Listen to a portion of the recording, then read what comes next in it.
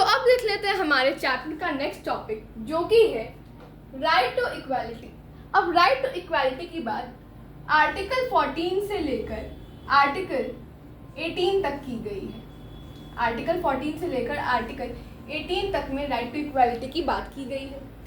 अब देख लेते हैं आर्टिकल्स में, इन आर्टिकल्स में राइट टू इक्वालिटी के बारे में लिखा क्या है। तो फर्स्ट पॉइंट है हमारा, everybody is equal before law.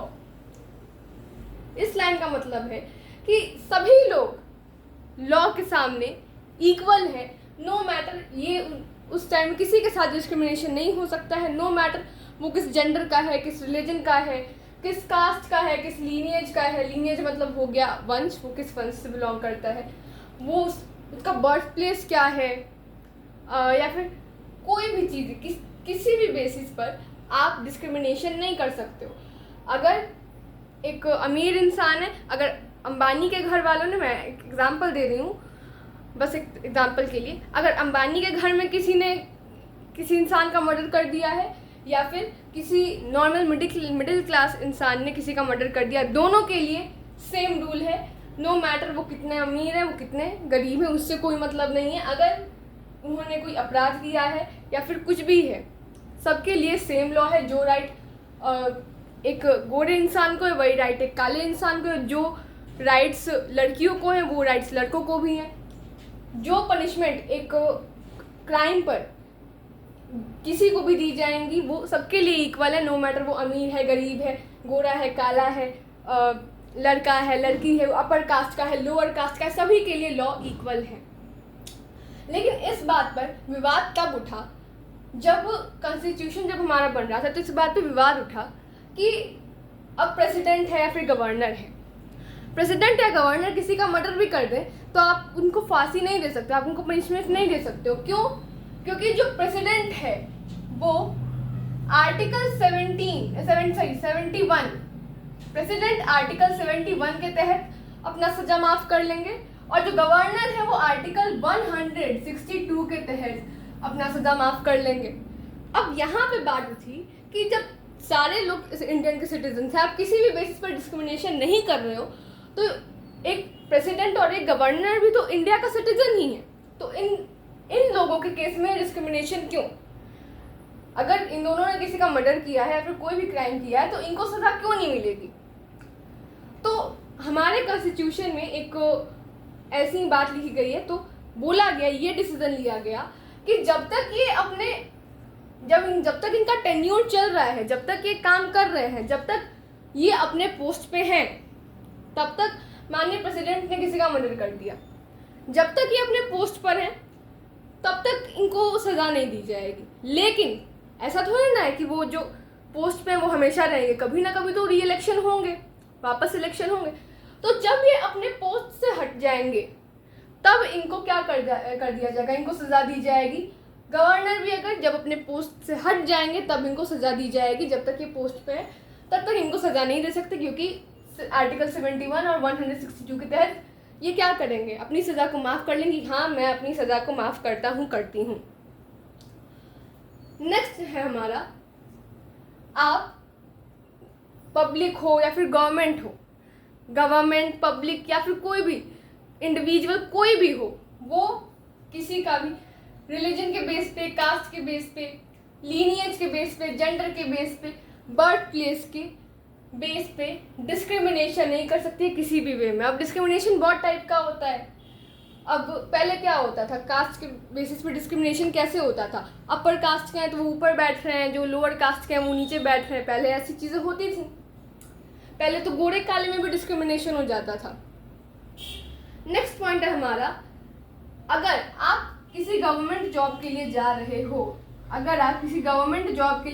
हो, सारे लोग इक्वल हैं, वहां पे इक्वालिटी रहेगी, सभी लोग इक्वल रहेंगे, बट तीन डिस्क्रिमिनेशन आपके साथ नहीं होगा। बट कभी कभी क्या, हमेशा हम आजकल देखते ही हैं, पॉजिटिव डिस्क्रिमिनेशन हो सकता है। पॉजिटिव डिस्क्रिमिनेशन क्या? पॉजिटिव डिस्क्रिमिनेशन जैसे हो गया हमारा रिजर्वेशन। अब रिजर्वेशन ये किस बेसिस पे हो सकता है? कास्ट के बेस पे हो सकता है, जेंडर के बेस पे हो सकता है, कास्ट के बेस पे जो लोअर कास्ट के लोग रहेंगे उनको रिजर्वेशन दे दिया जाएगा, जेंडर के बेस पे जो गर्ल्स होती हैं उनको रिजर्वेशन दे दिया जाएगा, या फिर जो थर्ड जेंडर होता है उनको रिजर्वेशन दे दिया जाएगा। प्लेस के बेस पे, मतलब आप किस प्लेस से बिलोंग करते हो, इस बेसिस पे भी रिजर्वेशन मिलता है। कैसे? अब हमारे इंडिया में बहुत सारे ऐसी जगह हैं, छत्तीसगढ़ के आप कुछ एरियाज़ को ले लो, या फिर असम में भी कुछ एरियाज़ हैं जहाँ पे बारिश वगैरह नहीं होती है, तो वो एरियाज उतने डेवलप नहीं हैं। वो एरियाज़ जो हैं वो अभी बहुत पिछड़े जगहों में से आते हैं, तो वहाँ के लोगों को रिजर्वेशन दे दिया जाता है, क्योंकि वो जो जगह है वो बहुत पिछड़ी जगह से वो बहुत पिछड़ा है, एंड वहाँ के लोगों को डेवलपमेंट वो नहीं है, उनका उतना डेवलप वो है ही नहीं, तो इसीलिए उनको रिजर्वेशन दे दिया जाता है। लेकिन एक और चीज़ मैं आपको बता दूं, रिलीजन के बेस पे, कास्ट के बेस पे दे देंगे, ये जेंडर के बेस पे दे देंगे, किस प्लेस से आप बिलोंग करते उस बेसिस पे ये दे देंगे, इन 3 चीज़ों पे दे देंगे, बट ये कभी भी रिलीजन के बेस पे नहीं देते हैं। अब कुछ लोग बोलेंगे कि रिलीजन के बेस पे मिलता है रिजर्वेशन, तो वो इसलिए नहीं मिलता है। क्रिश्चियंस और मुस्लिम्स को रिजर्वेशन मिलता है, बट वो रिलीजन के बेस पे नहीं मिलता है। एक और चीज़ होती है माइनॉरिटी, इधर लिख देती हूँ, माइनॉरिटी के बेसिस पर अगर कोई भी माइनॉरिटी में आ रहा है, कोई भी ग्रुप माइनॉरिटी में आ रहा है, तो उसको रिजर्वेशन दे दिया जाएगा। जो मुस्लिम्स हैं या फिर जो क्रिश्चियंस हैं वो माइनॉरिटी में आते हैं, इस वजह से उनको रिजर्वेशन मिलता है। इस वजह से नहीं मिलता है क्योंकि वो मुस्लिम्स हैं या फिर क्रिश्चियंस हैं, माइनॉरिटी में आते हैं इसलिए उनको रिजर्वेशन मिलता है। कभी भी हमारा जो कॉन्स्टिट्यूशन है वो ये अलाउ नहीं करता कि आप रिलीजन के बेस पे रिजर्वेशन दो। नेक्स्ट पॉइंट है हमारा अनटचेबिलिटी, छुआछूत। पहले बहुत चलता था, अपर कास्ट के लोग जो होते थे वो लोअर कास्ट को क्या करते थे, डिस्क्रिमिनेट करते थे, छुआछूत वगैरह वाला सीन था, बहुत छुआछूत उस टाइम माना जाता था, अनटचेबिलिटी मानी जाती थी। तो आप किसी के साथ किसी भी बेसिस पे, रिलीजन के बेसिस पे हुआ, कास्ट के बेसिस पे हुआ, किसी भी बेसिस पे आप किसी के साथ अनटचेबिलिटी नहीं कर सकते हो, छुआछूत नहीं कर सकते हो। लेकिन मानिए कुछ केसेस होता है, मानिए किसी को कम्युनिकेबल डिजीज़ है, ऐसी डिजीज़ है जो कांटेक्ट में आने से फैल सकती है, तब आप बोल सकते हो कि नहीं मैं इस इंसान के कांटेक्ट में नहीं आऊँगा, नहीं आऊँगी, वरना ये डिजीज़ मुझे भी हो जाएगी। उस टाइम पे आपको कोई नहीं रोकेगा। अगर किसी को कम्युनिकेबल डिजीज़ है, ऐसी बीमारी है जो कांटेक्ट में आने से फैल सकती है, तो आप उससे दूरी बना सकते हो, आप बोल सकते हो कि नहीं ये डिजीज़ मुझको हो सकती है, तो इसीलिए मैं ज़्यादा कांटेक्ट में नहीं आऊँगा, फिर आऊँगी। लेकिन आप नॉर्मली अनटचेबिलिटी नहीं कर सकते हो। नेक्स्ट पॉइंट आता है हमारा एबोलिशन ऑफ टाइटल्स। अब एबोलिशन ऑफ टाइटल्स, अब टाइटल से क्या दिक्कत हो गई? तो बेसिकली होता क्या था, बहुत सारे टाइटल्स होते जैसे कि महाराज, Rai Bahadur, sir, robin hood, बहुत सारे टाइटल्स होते हैं। तो इन टाइटल्स की वजह से क्या होता है, लोग अपने नामों में इन टाइटल्स को यूज़ करते हैं। तो इन टाइटल्स की वजह से जो लोग इन टाइटल्स को यूज़ कर रहे हैं वो अपने आप को बाकी लोग से थोड़ा बड़ा बनाते हैं, श्रेष्ठ बताते हैं। तो ये क्या हो रहा है, यहाँ पे भी थोड़ा डिस्क्रिमिनेशन वाला सीन हो रहा है कि नहीं, टाइटल्स की वजह से वो भले नहीं कर रहे हैं, सामने वाले के साथ वो डिस्क्रिमिनेशन नहीं कर रहे, लेकिन टाइटल्स की वजह से, नाम की वजह से वो दूसरे इंसान से थोड़ा श्रेष्ठ लग रहे हैं।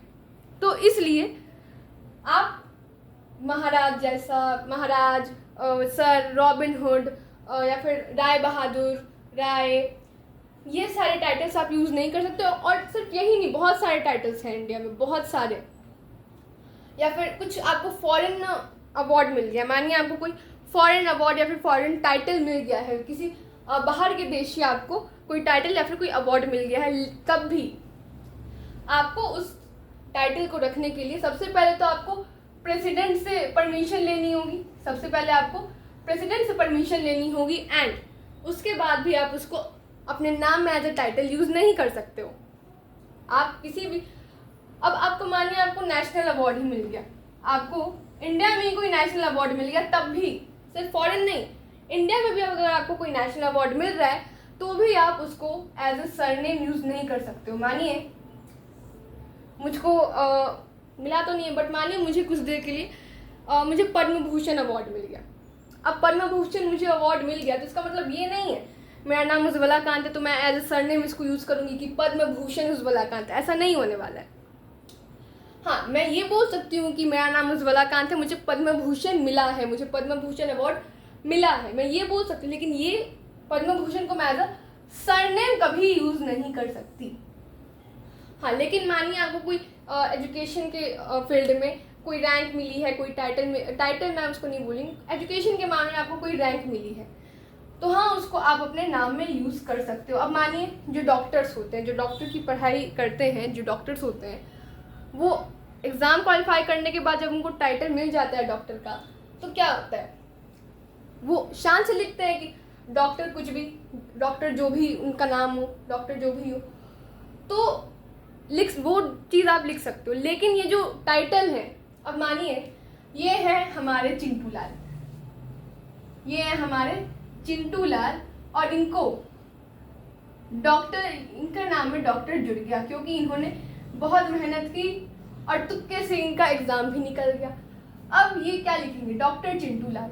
लेकिन ऐसा नहीं है इनको टाइटल मिल गया, ये डॉक्टर इन्होंने लगाना शुरू कर दिया है तो इनके बाल बच्चे भी लगाना शुरू कर देंगे, ऐसा नहीं है। अगर इनके बाल बच्चों को डॉक्टर लगाना है अपने नाम के आगे, तो इनको भी एग्ज़ाम क्वालिफाई करना होगा।